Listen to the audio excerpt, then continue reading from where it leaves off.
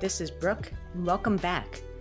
And a brief public service announcement before we get into today's episode. If you are listening to this before April 16th, 2025, I want to let you know that the next Motive Action Club webinar is coming up and is happening on April 16th. This episode or this webinar builds upon the Becoming a BS Artist series, and it helps you determine whether choice architecture is a good fit for your program and how to implement it effectively. So please join the Motive Action Club if you're not already a member to join the webinar. If you are already a member of the club, I hope that you will register for that webinar. You can find those details in your Teachery dashboard. And if you're not yet a member of the club, please head to my website, brooketully.com, and you can go to either the workshops page or the resources page for the link to join the club. I hope to see you there. Well, welcome back to the Behavior Change Trio. In this series, I define 3 different types of behavior and describe how our messages and engagement strategies should be tailored for each. We have already covered actions and routines. Now it's time for the final behavior, habits. So let's start with a brief recap of what we have covered so far. Actions are one-off tasks that we want the audience to complete by a specific date. Routines are recurring tasks that require the audience to exert time, energy, and effort to complete. Some, but not all, routines can become habits. And habits are behaviors that we complete automatically with little to no conscious thought when activated by a cue. Now, the cue can be any number of things, from a sound or visual notification, the completion of a previous task, the time of day, or even the start of a new task. So I found a really interesting diagram from a paper written by Gardner et al. That came out just last year in 2024. And the paper is titled, "What is Habit and How Can It Be Used to Change Real-World Behavior? Narrowing the Theory-Reality Gap." And I linked to that paper in the description of this podcast episode so that you can check it out. I do recommend reading it. It's definitely nuanced in the rabbit hole of habits, but kind of fascinating. So in this paper, they have a diagram that demonstrates how a cue triggers an automatic or habit impulse response, which leads to the completion of a habitual behavior. And since we are doing this audio style right now, I am going to attempt to describe this diagram to you, and I hope you can find that visual in your head. So it starts with us encountering a cue. Again, this cue could be any number of things. That cue then activates a habit association. In simpler terms, we have sort of an automated response or an associated response to that cue. And that response then activates our habit impulse. And this is written with like a boom sort of visual around it. So boom, habit impulse activated, which leads to the habitual behavior enacted. Now, even though this is a whole long process and they sort of describe it as habit versus habitual behavior, to make all of our lives simpler, we would just refer to this entire process as a habit from here on out. And I have some examples of desired habits that I've seen from Making Moves participants, Making Moves course participants, that I'm going to try to apply to this habit diagram to maybe bring it to life a little bit more for us. And the 3 habits I'm going to pick on are picking up dog poop, eating less meat, and bringing reusable bags to the grocery store. So let's look at picking up dog poop. The cue is probably that the dog squats or starts to squat. And then our association that's activated is, ideally, scoop the poop, right? I need to scoop the poop. The habit impulse is, I'm going to immediately reach for the poop bag. And then the following actual habit that's an habitual behavior that's enacted is, I scoop it, I bag it, and then I toss it in the correct bin. So that sort of describes how this whole habit process works. Let's look at eating less meat. Let's look at this also in the context of eating out. So we receive a menu, and that activates the association from the cue of meatless Mondays. Ideally, this is happening on a Monday. We then search for meatless options and then select a meat-free dish. Using reusable grocery bags, our cue is that we decide to go grocery shopping. So, right, even a decision that we make, the start of a new task, can be a cue that triggers a response. So we decide to go grocery shopping. What's activated as a response is bring our own bags, and we associate that with grocery shopping. We either grab our bags or make sure we have them in the car, and then we bring those bags into the store. And the goal of practicing all of these behaviors I just described consistently as routines first is for them to become so ingrained in our brains as muscle memory that everything happens automatically and immediately once we encounter the cue.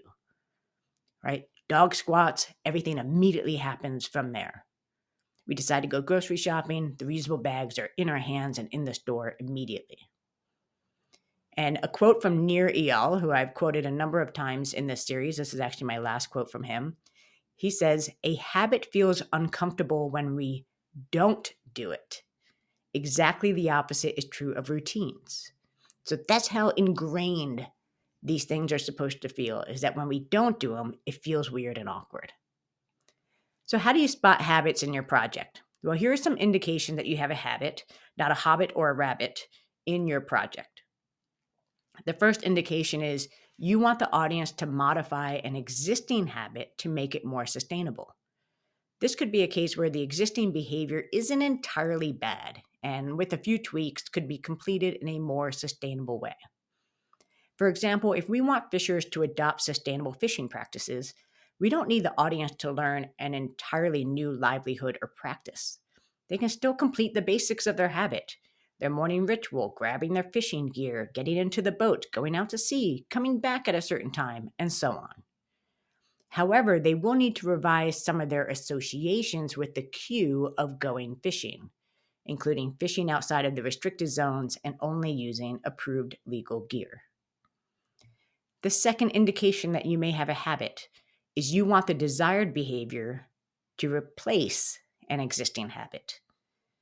I mean, we all possess some quote unquote bad habits that occur when a cue triggers a response that isn't in our best interest, like looking at our phones before going to bed.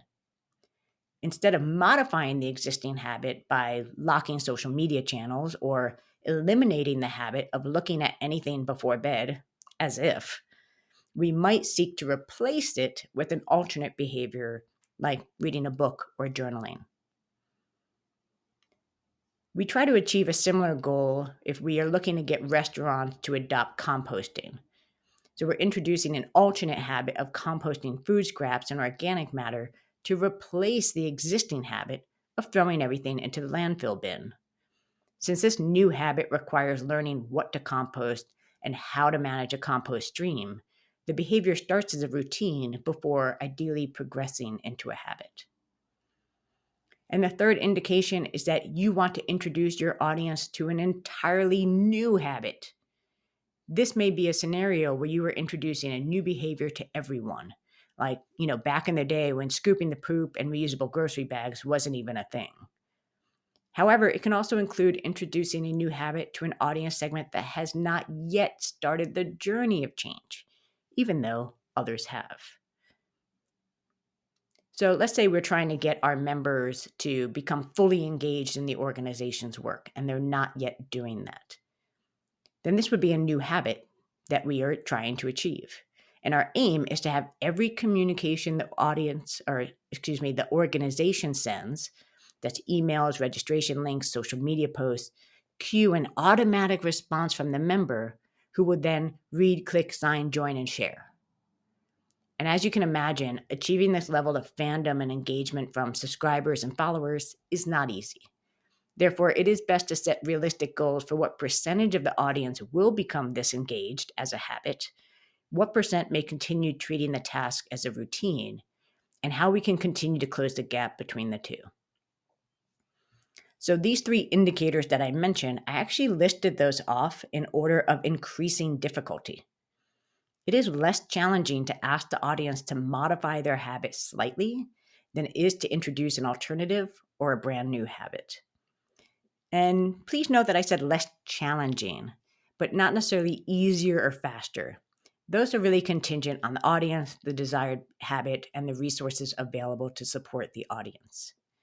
But knowing that some options are less challenging than others presents us with an opportunity to consider what we're asking audiences to do and if there could be a less challenging pathway to change. So, what are some common barriers to making habits stick? So, let's look at the 3 challenges audience members face with turning routines into habits. The first is that it's hard to rewire our responses. It's that thought of, but this is what I always do. Why would I change that? It's not easy to change a response to a cue, undoing a pattern we currently do on automatic.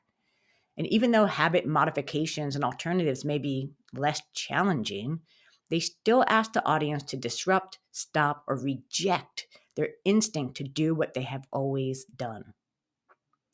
A second barrier: current habits may continue to tempt us.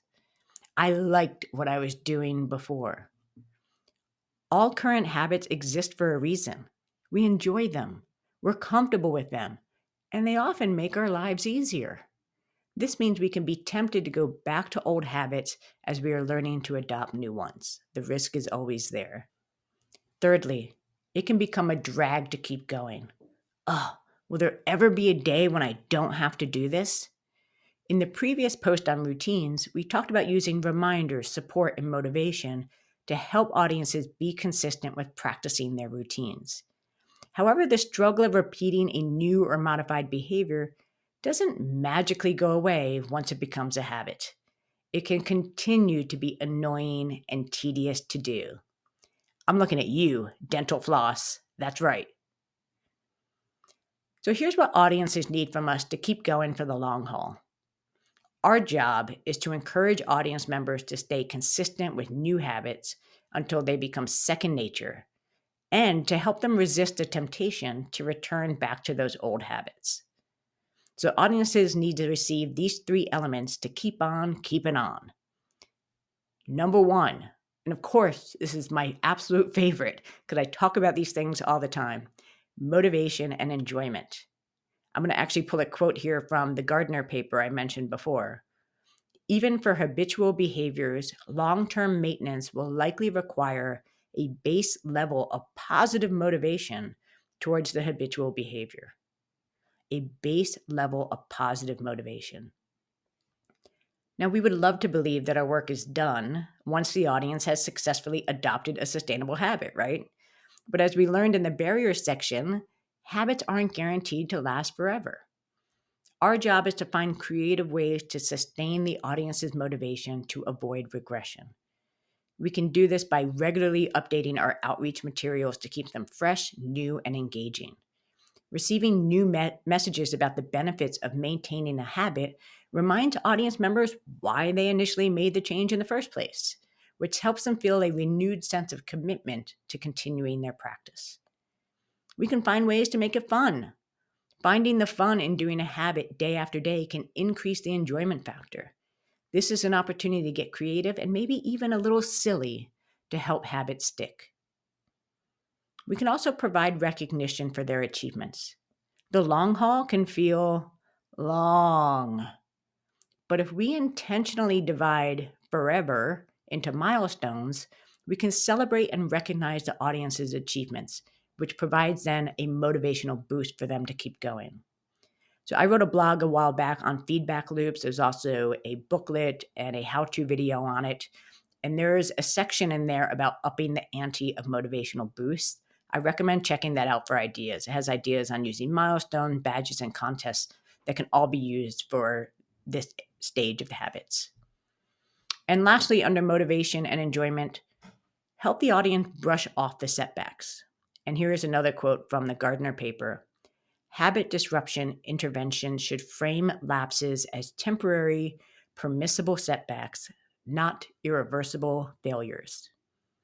I love that idea of like permissible setbacks. Like this is allowed, and we anticipate this happening. I could use some of that self-love talk in my own life.